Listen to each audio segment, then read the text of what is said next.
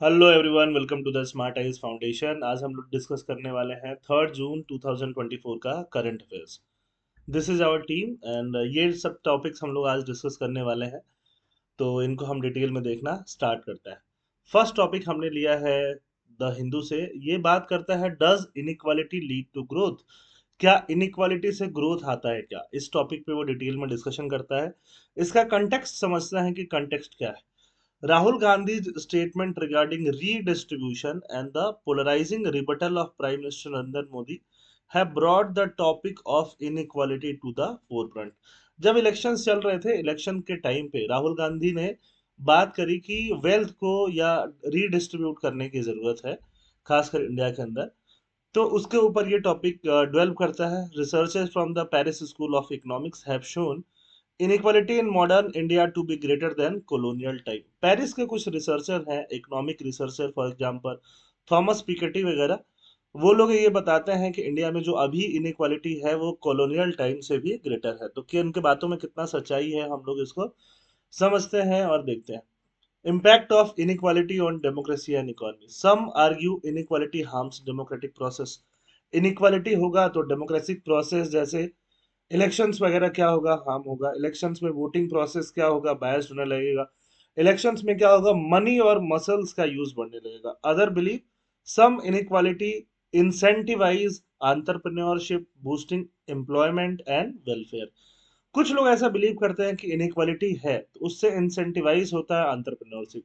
आप सबको इक्वल ही रहना चाहोगे कि हर कोई चाहे कितना भी हार्डवर्क करे वो इक्वल ही रहेगा, तो बहुत सारे लोग हार्डवर्क करेंगे क्यों? बिना हार्डवर्क करे भी वो इक्वल है। तो इनइक्वालिटी अगर होगा तो उससे हार्डवर्क को एम्फेसिस मिलेगा, लोग और ज्यादा मेहनत करने के ऊपर प्रेरित होंगे। However, inequality can have negative economic effect, especially when monopoly power concentrate among capital relative to labor। अगर कैपिटल वाले सेक्शन में पैसे वालों के पास ज्यादा पावर चला जाए और लेबर लोग जो है उनके पास पावर कम हो, तो इससे निगेटिव कॉन्सिक्वेंस भी दिखने लगते हैं। क्या क्या निगेटिव इम्पैक्ट दिखेंगे पावर को मोनोपोलाइज होने के लिए होने पे? क्या क्या इम्पैक्ट देखेंगे? For example, monopoly wealth. Billionaires often derive wealth from monopolistic market dominance, allowing them to set price above production cost। जैसे कि मान लो कोई एक सेक्टर है ना, उस सेक्टर में अगर एक ही कंपनी होगी तो उसका मोनोपोली होगा। जो प्राइस चाहेगी वो प्राइस ले पाएगी। फॉर एग्जांपल, बहुत सारे एजुकेशन सेक्टर की भी हम बात कर सकते हैं या किसी भी सेक्टर की बात कर सकते हैं। अगर उसमें एक ही कंपनी होगी और वही डोमिनेंट कंपनी होगी तो उसका क्या हो जाएगा? मोनोपोली। तो वो जो प्राइस लेना चाहे वो प्राइस ले पाएगी, ये बात फर्स्ट हुआ। और दूसरी बात ये हुआ, जो क्वालिटी वो देना चाहे, भले ही क्वालिटी थोड़ी इंफीरियर ही क्यों ना हो, वो क्वालिटी देगी। ये बात क्या हो गया? सेकंड हो गया। Real wages in monopolistic economies, real wages are lower, reducing purchasing power. Real wage क्या होता है? मोनोपोलिस्टिक इकोनॉमी में कम होने लगता है, क्योंकि कंपनीज अगर कम है, कंपनीज अगर मोनोपोली को एक्वायर की हुई है, तो रियल बेस क्या होगा? कम होगा। और लोगों का परचेजिंग पावर क्या होने लगेगा? कम होने लगेगा। क्योंकि लोगों को अगर सैलरी ही कम मिलेगी तो परचेज ही कम कर पाएंगे। Cost of living crisis, developed economies experience greedflation, where companies raise prices to increase profit. अगर प्रॉफिट के लिए प्राइसेस इंक्रीज करोगे तो क्या आ जाएगा? ग्रीडफ्लेशन। जो डेवलप्ड इकोनॉमी है वहां प्रोडक्ट के प्राइसेस क्या है? ज्यादा है। हम लोग बोलते हैं कि यूएस जो है, इंडिया वर्ल्ड का नंबर 1 इकोनॉमी है, हाईएस्ट जो है जीडीपी वो किसका है? यूएस का है। फिर हम बात करते हैं चाइना की, बात करते हैं, फिर हम बात करते हैं बाकी कंट्रीज में, इंडिया का नाम 5th पोजीशन पे लेते हैं। बट जब हम जैसे ही परचेजिंग पावर पेरिटी की बात करते हैं कि उतना ही पैसा कितना आइटम परचेज कर पाएगा यूएस में, चाइना में, इंडिया में, तो चाइना चला जाता है नंबर 1 पे, इंडिया आ जाता है 5 से नंबर 3 पे। तो मतलब कि कहने का मतलब क्या है कि गुड्स के जो प्राइसेस हैं वो यूएस में ज्यादा है compare to China and India. तो ऐसी सिचुएशन को हम लोग क्या बोल सकते हैं? ग्रीडफ्लेशन भी बोल सकते हैं, वेयर पोस्ट पैंडेमिक में ऐसी चीजें ज्यादा देखने के लिए मिली है, जैसे कि हाई इन्फ्लेशन आ गया है। इकोनॉमिक थ्योरीज क्या कहता है? Monopolies lead to lower output and investment compare to competitive market, resulting in welfare loss. अगर मोनोपोलीज होगा तो वहां पे आउटपुट कम होगा, वो लोग को इस बात का टेंशन नहीं होगा कि कॉम्पिटिटर क्या दे रहा है, क्योंकि कोई कॉम्पिटिटर तो है ही नहीं ना। और उसमें फिर इन्वेस्ट वो लोग नहीं करेंगे, और इसके वजह से क्या होगा? मार्केट को लॉस होगा और लोग जो कंज्यूमर्स होंगे उनका लॉस होगा, वेलफेयर का लॉस होगा। Inequality and growth. Inequality and growth में हम बात करेंगे multiplier effect. Investment in new factories page worker who spend there income on goods, creating a chain reaction of increased income of good seller and further purchases. This is known as multiplier effect. Multiplier effect आता है where investment raises incomes more than the initial investment. Multiplier effect क्या है कि अगर एक factory बहुत सारा factories खुल रहा है, वो वर्कर्स को अच्छा पैसा पे करेगा, वर्कर्स के पास अच्छा पैसा आया कि और गुड्स खरीदेंगे, और गुड्स खरीदेंगे तो और ज्यादा इनको पैसा मिलेगा जो ये गुड्स बनाते हैं। ऐसे क्या आएगा, धीरे धीरे मल्टीप्लायर इफेक्ट आता है, इससे इन्वेस्टमेंट पे ज्यादा आता है। Market power effect, higher markups and prices in monopolies result in lower real wages. अगर मोनोपोलीज होंगी तो रियल वेज तो कम ही हो जाएंगे, रियल वेज कम होने से कंजम्पशन कम हो जाएगा, कंजम्पशन कम होगा मतलब अगर लोगों को सैलरीज ही कम मिलेगा तो वो कंज्यूम कम करेंगे, कंज्यूम कम मतलब कम सैलरी वाले तो सस्ते कपड़े पहनेंगे या पहनेंगे ही नहीं, कम कपड़े पहनेंगे इनफैक्ट, है ना, या कम जूते पहनेंगे, ठीक है, और भी चीजें वो कम ही खरीदेंगे, मूवीज कम जाएंगे, रेस्टोरेंट में कम जाएंगे। तो इससे मल्टीप्लायर इफेक्ट इकोनॉमी में नहीं आ पाएगा।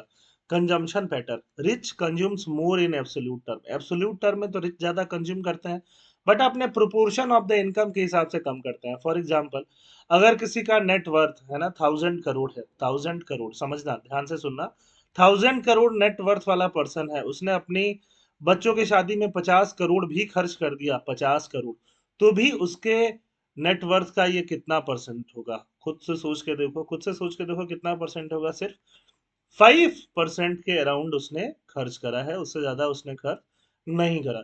बट यहाँ पे क्या होता है, यहाँ पे जिनका नेटवर्थ 1 करोड़ होता है वो शादियों में 30-40 लाख तक खर्च कर देते हैं, 30-40% वो खर्च कर रहे होते हैं, है ना। जिसका नेटवर्थ 5 लाख करोड़ होता है वो अगर 1000 करोड़ भी खर्च कर दे तो क्या ही फर्क पड़ता है।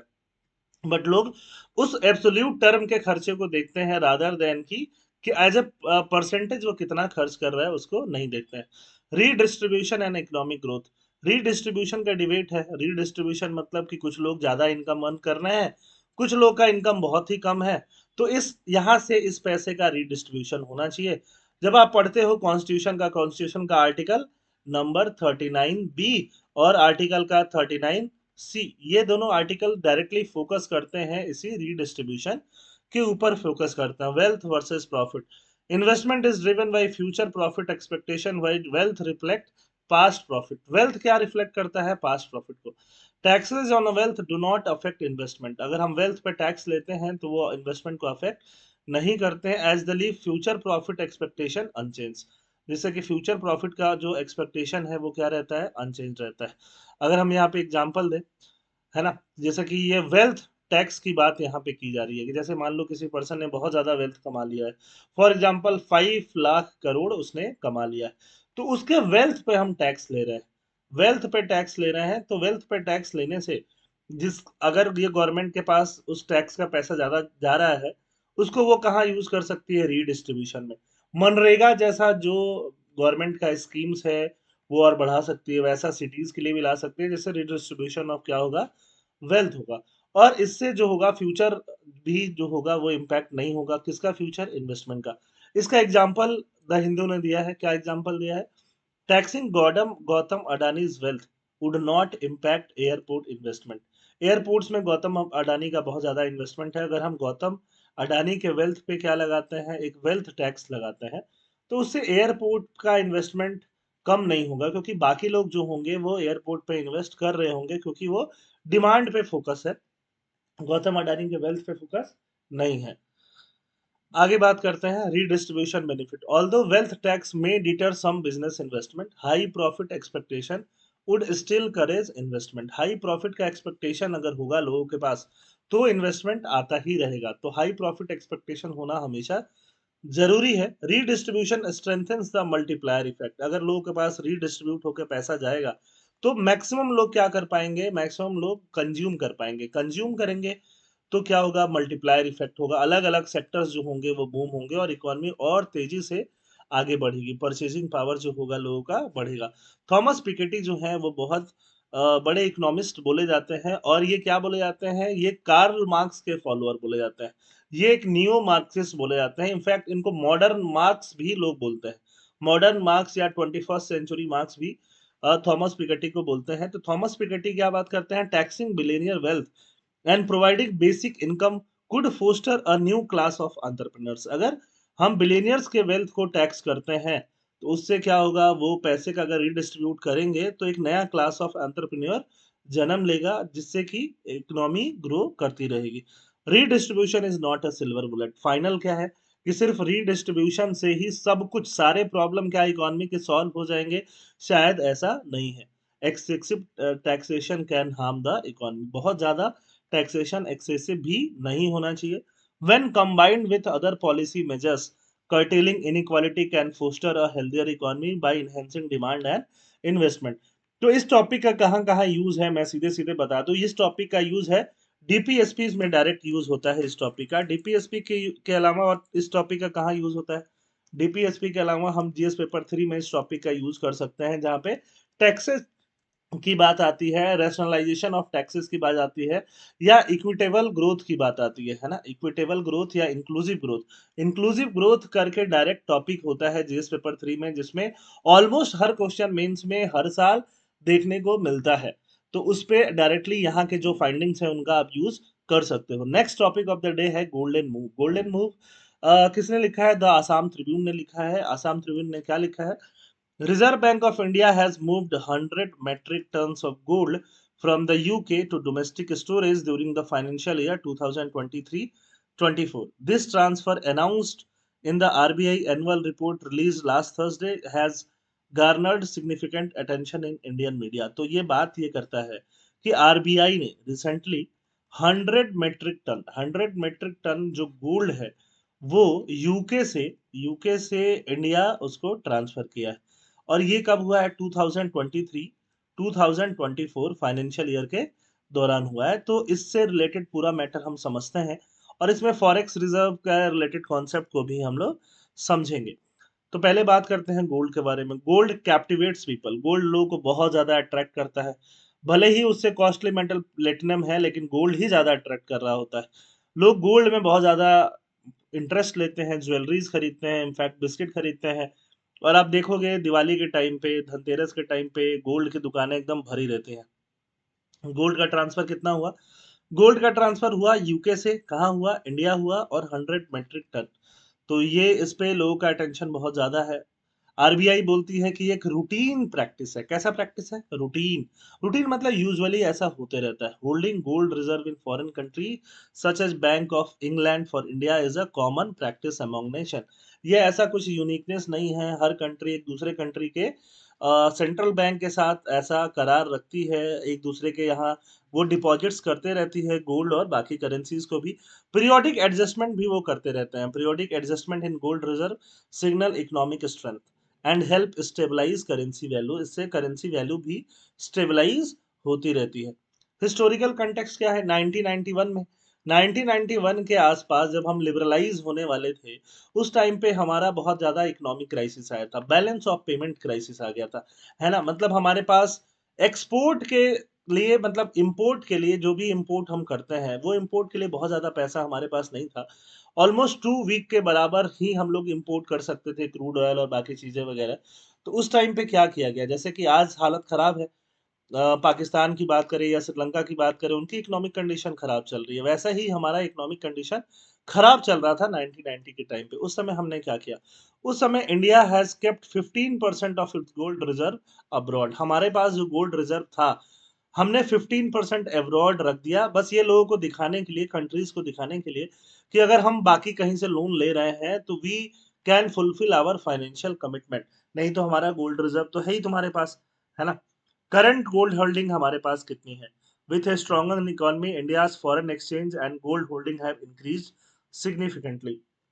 आज के टाइम पे हमारे पास 822 मेट्रिक टन ऑफ गोल्ड है, जिसमें से डोमेस्टिकली हमारे पास कितना है, 408 मेट्रिक टन है, जिसमें कि 100 टन जो है रिसेंटली ट्रांसफर होके आया है। गोल्ड वैल्यू का अप्रिसिएशन, गोल्ड का जो प्राइस है वो टिपिकली बढ़ता ही है, बहुत कम ही टाइम ऐसा हो रहा होता है जो गोल्ड का वैल्यू घट रहा होता है। In 2009 India bought 200 tons of gold from the IMF using rising gold prices to bolster national wealth. Rising gold price का यूज करके नेशनल वेल्थ को बोल्स्टर करने के लिए। आईएमएफ के बारे में आप जानते हो, आईएमएफ क्या है, आईएमएफ एक इंटरनेशनल एजेंसी है यूनाइटेड नेशन से रिलेटेड, और ये इसमें 190 मेंबर कंट्रीज हैं। इसका हेडक्वार्टर क्या है, वाशिंगटन डीसी में। ये मॉनेटरी रिलेटेड जो है रेगुलेशन वगैरह का काम करती है। RBI continues to buy gold from the secondary market to diversify foreign exchange asset. The recent transfer of 100 ton of gold is precautionary measure amid geopolitical uncertainties. अगर हम बात करें हमास का, हमास इजराइल का जो अनसर्टेनिटी है, या Russia Ukraine का अनसर्टेनिटी जो चल ही रहा है, और इनफैक्ट यूके में भी जो इलेक्शंस वगैरह होंगे, तो ये बहुत सारे अनसर्टेनिटीज होने वाले हैं, है ना। और इनके बीच में हमने एक प्रिकॉशनरी मेजर्स के तहत ये गोल्ड को ट्रांसफर किया है, और ऐसा ट्रांसफर टाइम टू टाइम होते ही रहता है। तो आई होप आपको ये टॉपिक समझ में आया होगा। Let's proceed to the third topic of the day. Third topic of the day आपको जीएस पेपर 3 में भी हेल्प करेगा, जिसमें हम बात करेंगे एनर्जी का, और जीएस पेपर 1 में भी बात हेल्प करेगा, जिसमें हम बात करेंगे इंडस्ट्री का। इंडस्ट्री मतलब कोल इंडस्ट्री से रिलेटेड जब बात होगी तो यहाँ पे भी आपको हेल्प करेगा। प्रीलिम्स में भी आपको जीएस पेपर 1 हेल्प कर रहा होगा। तो इसकी बात करना स्टार्ट करते हैं। What is the context? The Adani group allegedly misrepresented coal quality in 2014, according to a recent report by Organized Crime and Corruption Reporting Project. The purportedly labeled low-grade Indonesian coal as high quality. Low grade Indonesian coal को high quality दिखाया गया था 2014 में। Adani group के द्वारा ऐसा एक report कहता है, organize crime and corruption reporting का रिपोर्ट, इन्फ्लेटिंग इट्स वैल्यू। अगर आप लो ग्रेड को हाई क्वालिटी दिखाओगे तो वैल्यू इन्फ्लेट कर ही सकते हो, है ना।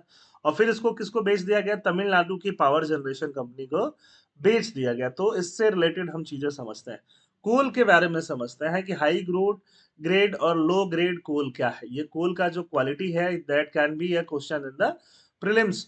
The distinction between high and low grade coal depends on its gross calorific value। मतलब कि अगर कोयला जलता है, जलने के बाद कितना एनर्जी प्रोड्यूस करता है, उससे रिलेटेड होता है ग्रॉस कैलोरीफिक वैल्यू, मतलब जीसीवी। जीसीवी या इसको हाई हीट वैल्यू भी बोल देते हैं, HHV भी बोल देते हैं। High grade coal contents a higher proportion of carbon. अगर कोल की क्वालिटी अच्छी है तो कार्बन ज्यादा होगा, कार्बन ज्यादा होगा तो कार्बन बर्न ज्यादा होगा, बर्न ज्यादा होगा तो हीट ज्यादा प्रोड्यूस करेगा, एनर्जी ज्यादा प्रोड्यूस करेगा। अगर लो ग्रेड कार्बन होगा तो कार्बन कंटेंट कम होगा, ऐश कंटेंट, उसमें धूल का कंटेंट ज्यादा होगा, और वो कम एनर्जी प्रोड्यूस करेगा। Determining coal quality, coal ministry classifies coal into 17 grades based on its GCV ranging from grade 1 to the lowest grade. Grade 1 coal typically yields over 7,000 kilocalorie per kilo, while the lowest grade produce between 2200 to 2500 kilocalorie. जो कोल 1 है, grade 1 का कोल है, वो 7000 kilo calorie पर kilo produce करता है energy, लेकिन कम वाले जो 2 से 2500 तक ही कर पाते हैं। अब जीसीबी, जीसीबी को ही क्या बोला गया है? एचएसबी बोला गया है। प्रीलिम्स के लिए ये डेफिनेशन आपके लिए इंपॉर्टेंट हो सकता है। मान लो आपके पास कोल है ना। कोल होता है, कोल में कई बार मॉइस्चर कंटेंट भी होता है ना, थोड़ा पानी वानी भी होता है। ठीक है, तो कोल को अगर आप जला रहे हो, कोल में कई बार हाइड्रोजन भी अलग से थोड़ा बहुत होता है। तो कोल जलने पे जो एनर्जी देता है, वो टोटल एनर्जी, उसको हम लोग क्या बोलते हैं? Gross calorific value of coal. जो कि जलने के बाद जो मॉइस्चर कंटेंट है वो उड़ जाएगा, है ना। उड़ के क्या बन जाएगा? उसमें वो भाप बन के, स्टीम बन के निकल जाएगा, और हाइड्रोजन अगर कुछ थोड़ा बहुत ट्रैप है वो भी निकलेगा। तो उसका बर्निंग, इसका बर्निंग और कोल का बर्निंग सब कुछ मिला के जो एनर्जी आता है उसको हम क्या बोलेंगे? ग्रॉस कैलोरीफिक वैल्यू, है ना। ठीक है, आगे चलते हैं। Importance of GCV, the primary utility of coal varies depending on its application, such as in the thermal power plant और स्टील प्रोडक्शन। स्टील प्रोडक्शन में कोल का काफी ज्यादा यूज है। यहाँ ये ज्योग्राफी पेपर 1 ज्योग्राफी जिसमें इंडस्ट्रीज की बात करते हैं उसका पार्ट बन जाता है। Different use of coal, coal का यूज कहाँ है? कुकिंग कोल का is essential for steel manufacturing. अब स्टील मैन्युफैक्चरिंग में इंडिया अभी सेकंड पोजीशन पे आता है। फर्स्ट पोजीशन पे कौन आता है? चाइना आता है। थर्ड पोजीशन पे कौन आता है? थर्ड पोजीशन पे जापान आता है। जापान पहले 3-4 साल 5 साल पहले तक जापान सेकंड पोजीशन पे आ रहा होता था, फिर हम जापान को क्रॉस करके सेकंड पोजीशन पे बैठ गए। तो स्टील में काफी इंपॉर्टेंट होता है कुकिंग कोल का। कुकिंग कोल का मतलब क्या होता है? जिसमें कि कार्बन कंटेंट अच्छा हो। Coking coal is essential for steel manufacturing as it produces coke, a vital component in the process necessitating minimal ash content. Coking coal से हमेशा याद रखना, कुकिंग कोल मतलब ऐश का धूल का जो कंटेंट है, डस्ट का जो कंटेंट है वो कम से कम होना चाहिए, तो हम कोकिंग कोल बोलते हैं। नॉन कोकिंग कोल क्या है? Despite higher ash content is suitable for generating heat to power boiler and turbine in thermal power plant. Higher ash content होते हुए भी अगर हीट जनरेट कर रहा है, suitable for generating heat to power boiler, है ना, तो उसको हम थर्मल पावर प्लांट में यूज कर लेते हैं। इंडियन कोल में क्या होता है, एस कंटेंट काफी ज्यादा होता है, इसलिए हमें कई बार स्टील बनाने के लिए कोल को इंपोर्ट भी करना पड़ जाता है। हाई एश कंटेंट, 40% से भी ज्यादा एश कंटेंट होता है। इंडियन कोल में क्या होता है, कैलोरीफिक वैल्यू काफी कम होता है, 3500 से 4000 किलो कैलोरी तक जनरली होता है को। और इस एश कंटेंट के बेसिस पे, लो कैलोरीफिक वैल्यू के बेसिस पे, इंडियन कोल को हम लोग बिटुमिनस, एंथ्रासाइट, एंथ्रासाइट हम लोग कैटेगराइज भी करते हैं एंथ्रासाइट, और क्या करते हैं, बिटुमिनस, है ना, और क्या करते हैं, लिग्नाइट कोल, लिग्नाइट, और लास्ट में पीट कोल होता है जो कि सबसे बेकार वाला होता है, जिसमें ऐश कंटेंट बहुत ज्यादा होता है। सबसे हाई कोल डेंसिटी वाला या कोल मैटर वाला एंथ्रासाइट होता है, जिसमें कोल कार्बन 90% से भी ज्यादा होता है। बिटुमिनस में कार्बन 80% से ज्यादा माना जाता है। लिग्नाइट में 70% से ज्यादा कार्बन होता है। तो ये जनरली चीजें ये भी प्रीलिम्स में आ रही होती है। एंथ्रासाइट आपको जम्मू एंड कश्मीर में मिलेगा। ये सब ज्योग्राफी के पार्ट बनते हैं जो प्रीलिम्स में आते हैं। बिटुमिनस आपको झारखंड में झरिया का जो रीजन है और झारखंड वाले रीजन में काफी ज्यादा मिलेगा। बट मैक्सिमम कोल जो मिलेगा आपको लिग्नाइट और पीट क्वालिटी वाले ही ज्यादा मिलते हैं। Impact on pollution, burning high ash coal result in higher emission of particular matter. Particular matter का मतलब क्या होता है ना, पीएम जिसको बोलते हो, पीएम 2.5 साइज और पीएम 10 साइज, नाइट्रोजन, सल्फर। तो इससे एनवायरमेंटल पोल्यूशन काफी ज्यादा होता है। Government regulation, since 1954 the government has controlled coal prices to discourage power companies. Coal prices को गवर्नमेंट कंट्रोल करती है कि पावर प्राइसेस को क्या कर सके, कंट्रोल कर सके, from using high grade cooking coal for power generation. अगर पावर जनरेशन के लिए high grade cooking coal use होगा तो उससे पॉल्यूशन वगैरह को कम निकलेगा और पॉल्यूशन को बैलेंस किया जा सकता है। Recommendation for blending, central electricity authority. Central electricity authority क्या है? Central electricity authority electricity act 2003 से बना हुआ है ना, तो इसके बारे में देखते हैं। Has recommended blending imported coal. Imported coal में एश क्वालिटी क्या होगा, कम होगा, मॉइस्चर क्वालिटी क्या होगा, कम होगा, suggesting that 10-15% blending can be safely used in Indian power boiler design for low quality coal. हम बाहर से जो कोल इंपोर्ट करते हैं, हाई ग्रेड कोल जिसमें कि ऐश कम हो, मॉइस्चर कम हो, उसको हम थोड़ा बहुत ब्लेंड कर दें तो ज्यादा अच्छा रहेगा। क्लीन कोल टेक्नोलॉजी क्या है? कोल को हम लोग कैसे क्लीन कर सकते हैं? ऐश है, धूल है, धूल को कैसे, डस्ट को कैसे हटा सकते हो? कोल वॉशिंग का प्रोसेस होता है। Coal plant employ washing plant to reduce ash and moisture content, utilizing blowers or a bath to remove fine and coarse ash through the process add to the cost of power generation। हम coarse जो भी चीजें होती हैं उसको हटा देते हैं। कोल का गैसिफिकेशन होता है, कोल को गैस में कन्वर्ट कर लेना। Coal gasification involve converting coal into gas by reacting it with steam. Coal को हम लोग किसके साथ रिएक्ट करते हैं? स्टीम के साथ, हॉट प्रेशराइज एयर के साथ और ऑक्सीजन के साथ। इनके साथ हम लोग क्या करते हैं? गैसिफिकेशन करते हैं। इससे जो प्रोड्यूस होता है उसको हम लोग बोलते हैं सिन गैस। ध्यान रखना, सिन गैस में कार्बन का कंपोनेंट ही ज्यादा होता है, CH4 का कंपोनेंट ही ज्यादा होता है। तो इसमें क्या मिलेगा? सिन गैस में आपको कार्बन मोनोऑक्साइड भी मिलेगा, हाइड्रोजन भी मिलेगा, CO2 भी मिलेगा, है ना, और वाटर वेपर भी मिलेगा, which is then clean and burn into a gas turbine to generate electricity.